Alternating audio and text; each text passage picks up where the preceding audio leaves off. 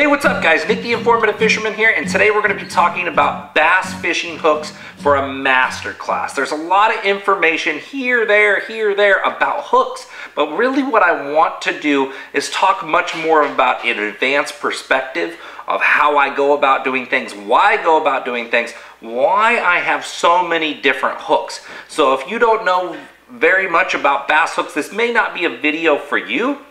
You may want to go back to my hooks basic video, and I'll put the link in the description for you. But today we're going to be breaking down a large variety of bass hooks, a large variety of baits, when and when not, what you can and cannot get away with.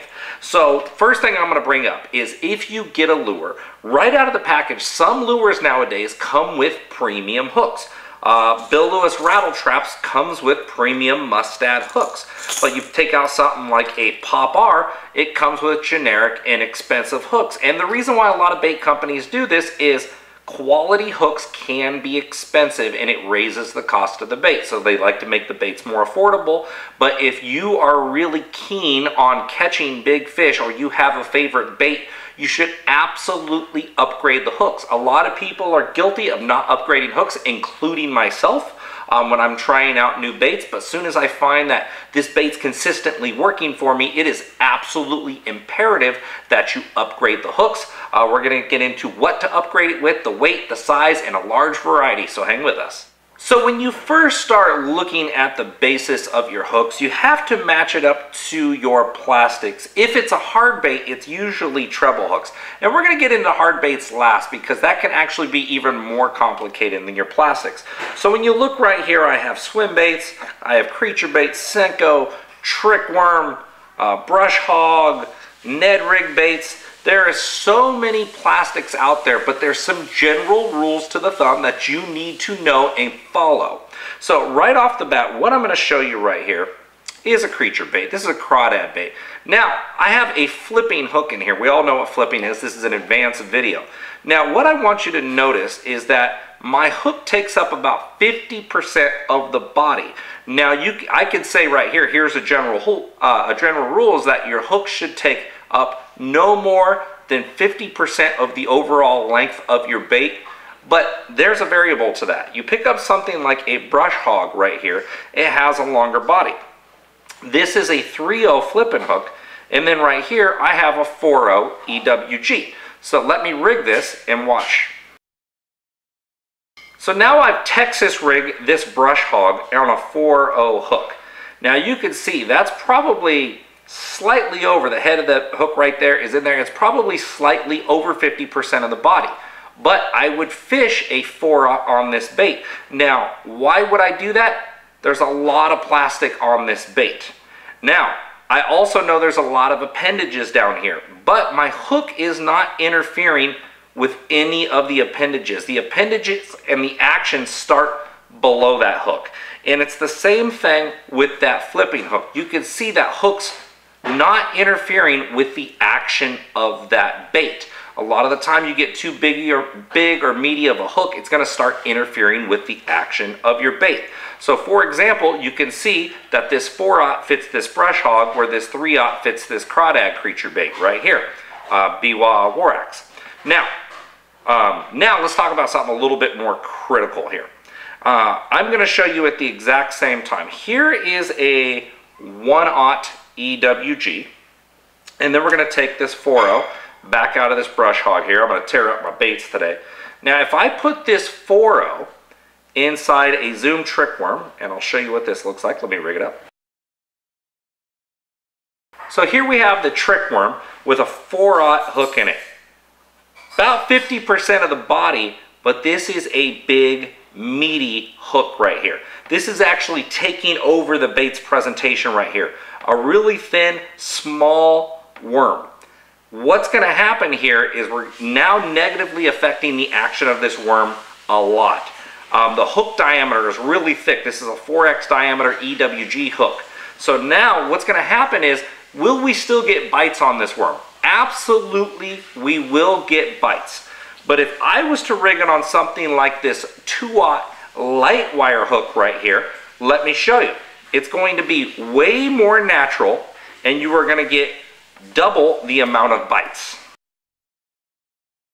So now, as you can see, this is that trick worm on that light wire 2-aught hook. Doesn't overpower the bait. The worm still looks very natural. It's going to have more action. So there you go. Now, clearly I'm getting more bites. It's more of a natural presentation here, but this is a light wire hook. I can't pull as hard to where if the fish are down in heavy cover and I wanted to flip this in there, I might want to lean towards something like this, or just a slight upgrade. Instead of a 2-aught, maybe a 3-aught instead of a 4-aught, and maybe a little bit lighter wire to where I can pull that fish out. But if there is no hangups down there, that lighter wire is going to get me additional bites. Therefore, I'm going to outfish the person using this hook. But if a person was using this hook and fishing in and around heavy timber, they're probably going to land more fish and not break more fish off, or lose more fish in heavy cover due to a lighter wire hook. So this is stuff you need to take into consideration. Hang with us, guys. We'll be right back.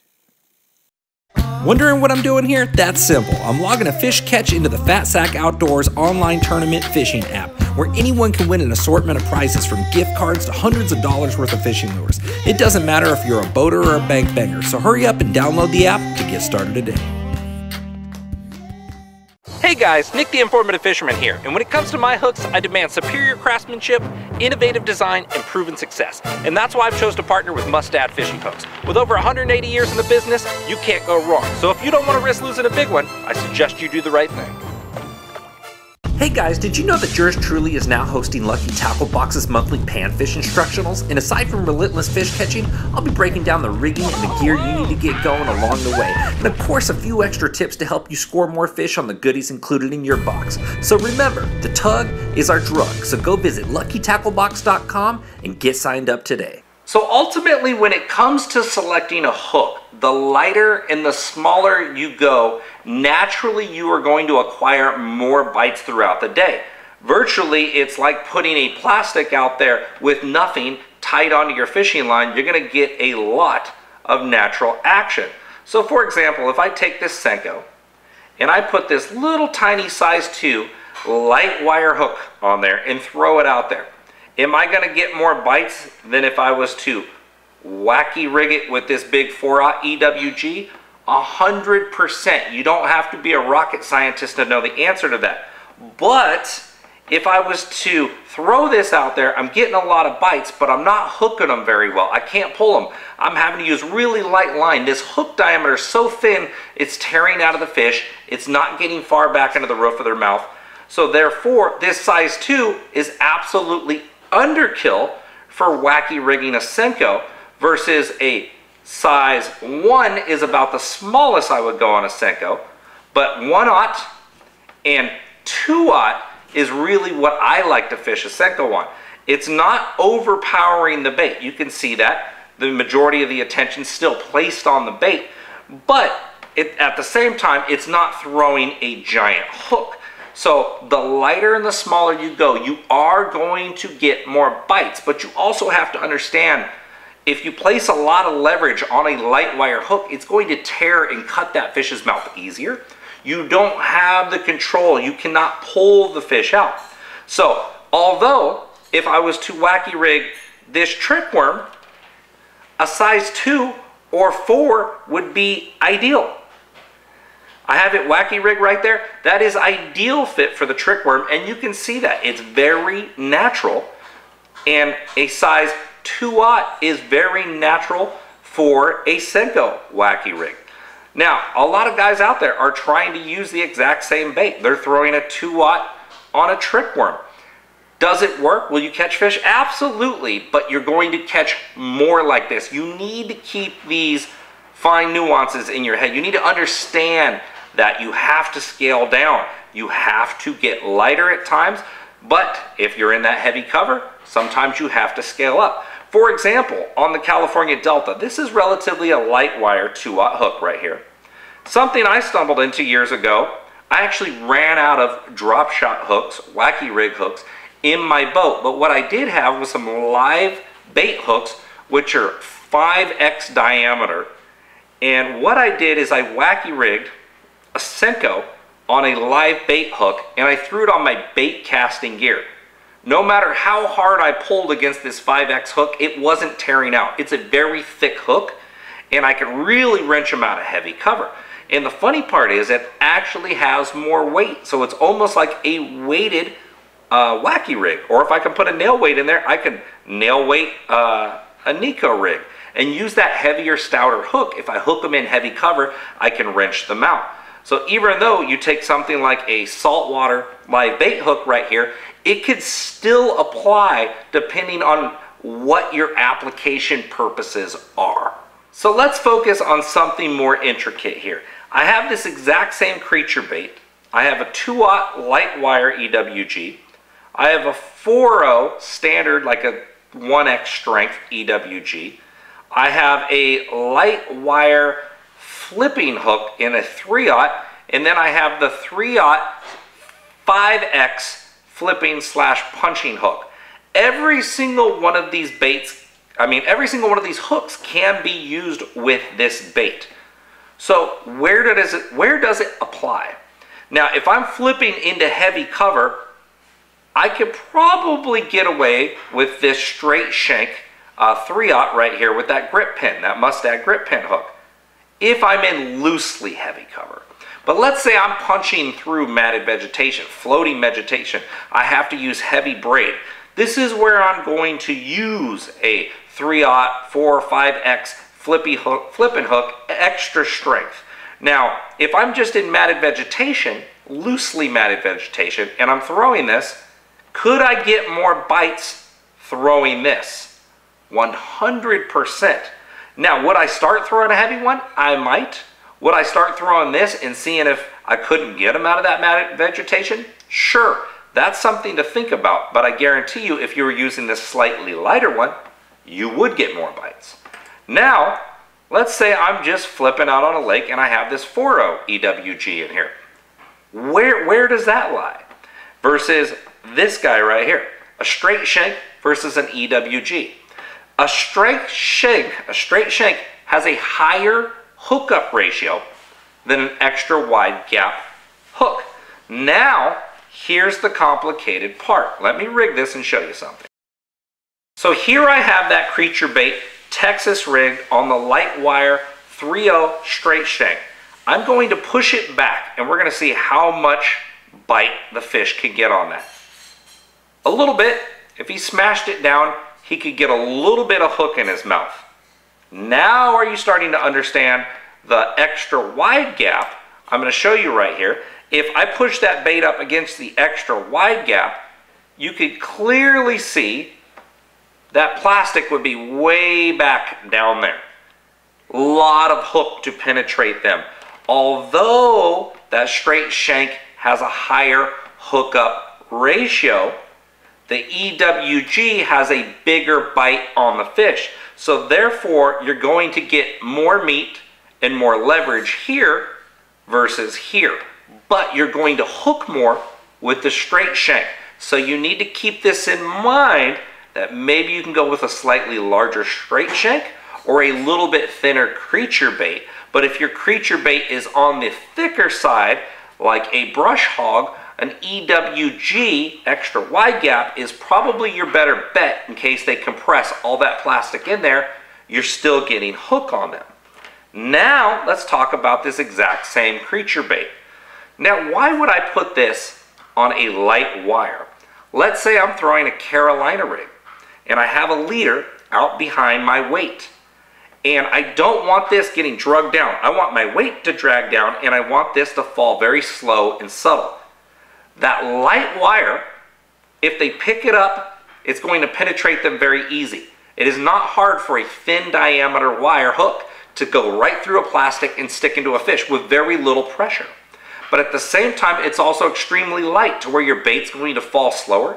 It's going to be more natural to where if you have additional weight, at the same time, it's going to do the work. Therefore, your bait's slower, it's more natural, your hookup ratio is going to be easier. If you're fishing deeper, I often say lighter wire hook if you have a heavy weight than a heavier diameter hook. But if you can't really detect your bait, by the time a fish grabs a lighter wire hook, that hook's going to actually penetrate that fish a heck of a lot easier, and you're going to lose less. Now, here's another interesting example of something right here. Let me grab a drop shot hook for you. And we're going to pretend we're doing a drop shot. So I'm just going to nose hook a trick worm. We're drop shotting a trick worm today. Stab myself in the fingertip right there with my shaky fingers. So now let's imagine we have a weight right here. This is a very, very light wire mosquito hook. This is the size 2, I believe this is. If we have a weight right here, now we're fishing it on like 6-pound, 8-pound line, very natural and subtle. If we take the tension out of our line, our worm's gonna fall very slow. But let's say I put it on a 2-aught, for example. Now the bait's gonna fall faster. It's not going to look as natural, but if we do hook them on this, we have more leverage to pull them out, and we're probably going to hook more meat of that fish. Now if I take that same super thick diameter live bait hook right here, super heavy, not gonna work very well on a dang drop shot. But if we have a heavy weight, I guess you can do it. I would probably never do it. But now let's say we're in heavy cover. Do you need a weed guard drop shot hook? You can if you want, but a lot of time people are calling this rig Bubba Shot, Power Shot, and all it is a little bit more weedless and heavier hook drop shot rig to come through grass, to come through timber a little bit easier. And that is basically just Texas rigging, a trick worm or a robo worm, or whatever you have on a 1-aught or a 2-aught light wire EWG. Therefore, you can get it down there. It's weedless. The grass is not going to stick very often on it, but at the same time, versus like an exposed hook like that, your hookup ratio is going to be through the roof right there. Versus here, once you fill the fish, you got to reel down and set the hook. So there is chance of losing a fish right here. Versus here, your hookup ratio to land ratio, your land ratio may not be as good as if you hook them on an EWG because you have more leverage, you're getting more meat on the fish, but your hookup ratio is going to be way higher with that lighter wire, that smaller hook, and that exposed hook. So you have to take this in consideration, application purpose versus hookup ratio. Hang with us, guys. We'll be right back. Attention Northern California anglers, have you been to Boat Country in Escalon with one of the largest selections of welded aluminum fishing boats from North River, Hughes Craft, and now Crestliner? Chances are they have the right boat for you. And did I mention they have a full service center to take care of all your repair or boating maintenance needs? If you're a boat owner or just looking to become one, you owe it to yourself to check these guys out. Visit BoatCountryUSA.com or stop on by. We'll see you there. Bigger, better, badder. The evolution of the buzzbait is upon us. The Evolution Baits Grass Burner is a high-performance bass snatcher machine. High-end components, inline displacement, larger profile, balanced body for fast or slower retrieves, better deflection, and oversized treble hooks. You wouldn't bring a slingshot to a gunfight, would you? Find out more at evolutionbaits.com. Did you know that P-Line makes specialized lines for all your fishing needs, from the super strong abrasive resistant CXX or the low stretch super stealthy CX Premium? Or maybe you're looking for invisibility or super bite detection with P-Line's 100% fluorocarbon. No matter what your needs, P-Line's got it covered. To find out more, visit P-Line.com. P-Line, baby.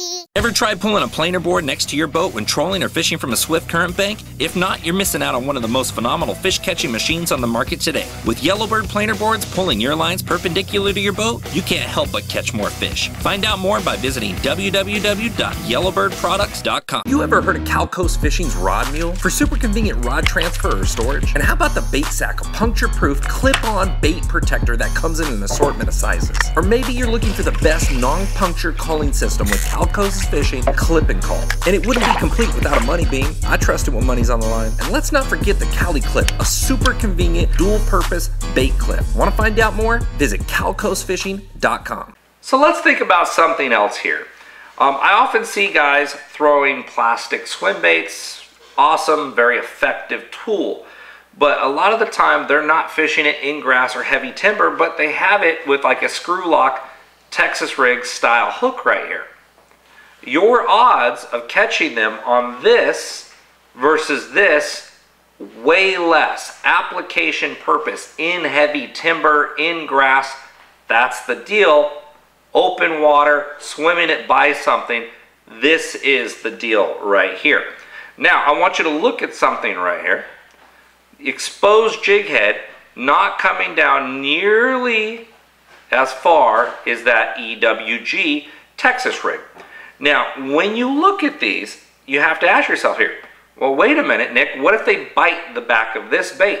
Absolutely. You can look for a longer shank one, all right, to where it can get back farther, but at the same time, they're usually eating a swim bait head first. So what's going to happen is they're usually going to see which way it's tracking, come up and grab it by the head, and this is why you see I have a slightly shorter one on here. In regards to an EWG hook or one of those kill-weighted EWG hooks right here, they tend to be longer. But in regards to a swim bait, they're usually going to eat it head first. But you can see, okay, maybe they're short striking. If they're short striking, maybe that's your deal, that longer shank hook. But if they're eating it well, or if you're fishing open cover, maybe that's your deal. But another thing you can do is you can also tie a little tiny fluorocarbon line right there, or a little piece of braid to a treble hook that you can stick in the back. This is a large treble hook, but I'm going to show you just for example. You can tie it on like that if you're fishing open water. Slide it down into your bait. Just use a tiny one a little bit farther back. It's an exposed hook, so all you have to do is start reeling faster.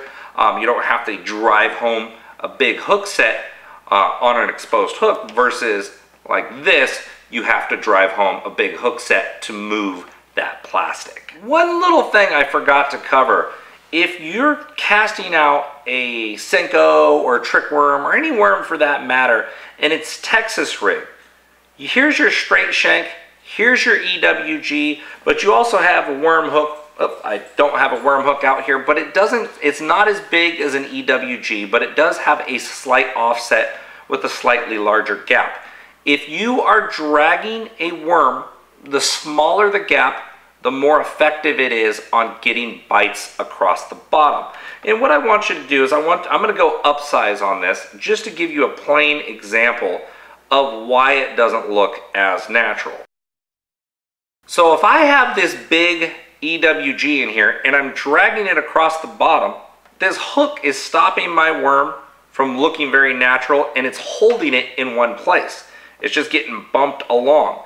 Now, if I throw this on a lighter wire straight shank, you will see how much more natural the worm looks crawling across the bottom, and how much easier the movement will be, and how much more free the movement will be. So now you look at that right there, okay? You're looking at this worm. Now it can probably bump something, it can turn over. It's a much more natural presentation for dragging. You generally want to get that gap smaller, but you still want to have some room to hook that fish. So if you feel him pick it up as you're dragging, make sure to reel down, make sure he has it, and then kind of just give a nice heavy pull into him. You don't want to drill him like you would on a bigger gap or a flipping hook. You just want to reel down, make sure he has it, reel into him, and give a nice leverage pull. You don't want to pop his mouth open, but when you're dragging, the smaller the gap, the better, what you can get away with. So here's another thing to think about in regards to jig heads. For example, I have a Ned rig here, but you could be using a football jig, a swim jig, any sort of jig head based bait. Now, I'm going to slide this little TRD worm off of here just to show you something. This is a Mustad Ultra Point hook. This is basically like a heavy duty crappie jig head, and I'll show you why I was actually doing this for bass. And here's their new jig head, the mushroom head for Ned rigging. This one, very heavy hook right here. I can wrench them out of stuff. I could throw it on bait casting gear. But if I need to fish really light line, I need a thinner diameter hook that I could set the hook easier on. But another thing I want to take into consideration right here, there's a lot of rocks where I'm snagging on the bottom. I don't want to break off frequently. If I have a heavier hook, if I snag up, the chances of me breaking off are really, really high. Versus a lighter diameter hook that flexes which is great for light line, versus a thicker diameter hook that doesn't flex on light line, that's a recipe for disaster. But on the same time, if you have a lighter wire hook that flexes, it's not going to tear as easy as a lighter wire hook that's very stiff. There's a lot of little heads out there in jig heads that have light wire hooks in the jig, but the problem is the hook's too stiff. So the thinner it is, the easier it cuts and tears. But the thicker it is, the less likely it is to tear through. So if you have a thick hook and you set the hook hard, it's probably not going to tear, versus a lighter wire hook and you set the hook hard, chances are it's going to tear. You're going to lose that fish at the same time. But I was fishing that on light line. I'm fishing it on 6-pound test line, so I probably wasn't going to get as good of a hook set with that heavier gauge. If I was going to throw it on 10 or 12-pound test, that heavier hook right there would be my deal if I needed to move them up away from the bottom faster. But I was getting snagged a lot, so this lighter wire hook allowed me to hold the spool, put some pressure, and bend that hook out, and I can bend it right back into place. Therefore, I'm back out there and I'm casting, I'm not losing baits, and I'm fishing more effectively. So one thing to keep in mind, that lighter the hook with the lighter the line, and a hook with some flexibility to it, you don't always you don't need the stiffest hook out there.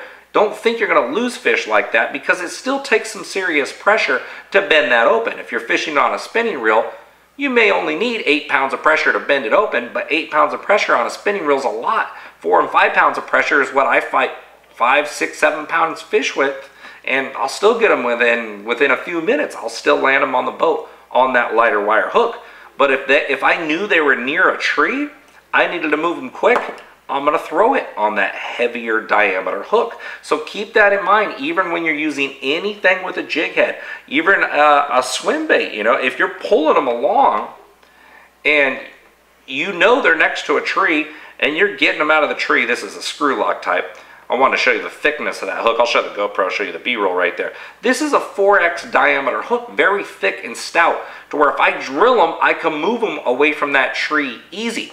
But if I'm fishing down super deep and making very, very long casts on lighter line, let's say I had to use a spinning rod and use a lighter head and barely move this swim bait across, I'm going to look for a thinner diameter hook. Therefore, when he grabs it, he's basically going to hook himself, and I don't have to drill him. I can just load up that rod.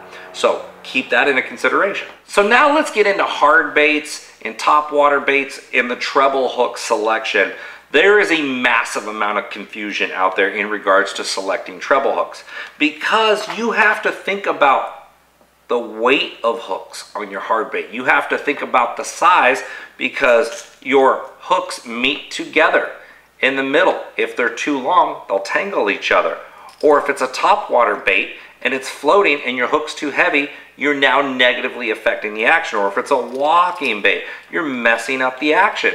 You get them too long, they're going to be tangled up. There's a lot to think about, but I'm going to make this very simple. And there's two different styles out there. There's the inward bend, where the treble starts to point back at the shank right there. I'll show that up close, and hopefully you guys can see that. That bending back towards the shank. If a fish is eating your bait and not just slapping at your bait or reacting to your bait, that inward bend triple grip style of treble hook is imperative for hook up to land ratio. Much better hook up to land ratio than a round bend treble hook. Let me grab a round bend and show you that. Thought I had one out. Oh, yeah, I do. So here's the round bend treble hook. Now, the round bend, if they slap at a bait, if they're just reacting, smacking it, trying to wound it before they get it, the round bend has a much higher hookup to land ratio than that inward bend treble does. So what I've actually done on my rattle trap right here, on the front hook, because if they eat a bait head first, they're usually trying to eat it. They're not trying to hurt it. If they T-bone a bait or slap it from the back, they're trying to wound it first usually and come back and get it. So I actually have a round bend on the back. Here's one thing that I like. When I foul hook a fish, I like a heavier gauge hook, because if I stick them here, I don't want a light wire to where it's going to cut and come out. So this is actually a slightly heavier hook than my thinner diameter front hook on this rattle trap. What I've done to maintain the action of this lure is, you'll see the shank is shorter, and Mustad has already thought this through. They have the weight for a size 4 and a size 4 adjusted to be equal by shortening the shank of that slightly heavier hook. So even though it's stronger and that's a round bend, it's shorter shank, therefore the weight is identical. So if they slap here, I now have a higher odd of hooking a foul hook fish and bringing him to the boat. If they eat up here, I now have a higher odd. So I actually have 2 different type of treble hooks on there. Not a lot of people do that, but that's a tip I want to share with you guys to get a lot more fish in the boat. Now, in regards to a topwater hook, topwater bait here, I haven't replaced the hooks on this yet. This is the Pop R. They come with generic hooks. Now, if I'm going to put a size 4 round bend up here and a size 4 hook back here, do I want to have hooks for a topwater bait that's holding still be round bends? Probably not. A bait that I'm going to pop and hold still, I know they're going to eat well, so that's where I would use like a triple grip style treble hook, and you would want to get it with a feather for the back if you're imperative about fishing feathers, or learn how to tie a feather on the back. You can do that, because when they eat a popper, it's holding still and they're usually going to get it. So that inward bend triple grip style of treble hook is going to be a much higher hookup to land ratio. Now let's say it's a moving bait, and for example right here I have the Evolution Baits grass burner, okay? Round bend hooks. The reason why this bait is moving fast through the water column, it's not holding still, they're probably going to slap at it. Therefore the guys over at Evolution Baits already thought about that by putting larger round bend treble hooks on there. Therefore if it hits them and they're heavier diameter, they're not going to tear through easy. If you happen to foul hook them right here, you're probably going to land that monster. So they thought that through. A lot of companies are not thinking that way, and it is entirely up to you to change that bait's hooks. So one last thing I want to cover here before we go. Let's take the big example. Let's take like a big glide bait, a slow sink glide bait, and I want you to think about this the same way as like a suspending jerk bait. If the hooks have weight, therefore if we take a suspending jerk bait and we put a thinner, lighter wire diameter hook on there, it's naturally going to start to float versus what they came with via factory. And the same thing applies if we put a big, heavy, stout hook on there, it's going to start to sink unless we make that proper weight adjustment with a shorter shank or a longer shank, or switching your size around. But this also gives you a ton of options to present your bait differently than the other anglers coming down fishing that identical bait as it came out of the box. So it allows you to make the adjustments. Maybe that suspended jerkbait will now fall deeper and suspend in 10 feet versus 6 feet by making that hook change. So that's something to play with, just like a glide bait. If I want heavier hooks there, this bait's going to fall down faster. Let's say I have fish suspended at 25 foot deep and I wanted to fish this down there, but I was tired of waiting 10 minutes for it to get down there, I can fish it on a heavier hook. Or if I wanted this thing to fall super slow, I can fish it on a lighter hook. So hopefully you guys take all this information into mind here. If there's any questions that I did not cover, please post it in the comments, whether you're on YouTube or Facebook. I'm also posting clips on my Instagram, so make sure to follow me on those, guys. Greatly appreciate you watching. InformativeFisherman.com. We'll see you next time. Best of fishing.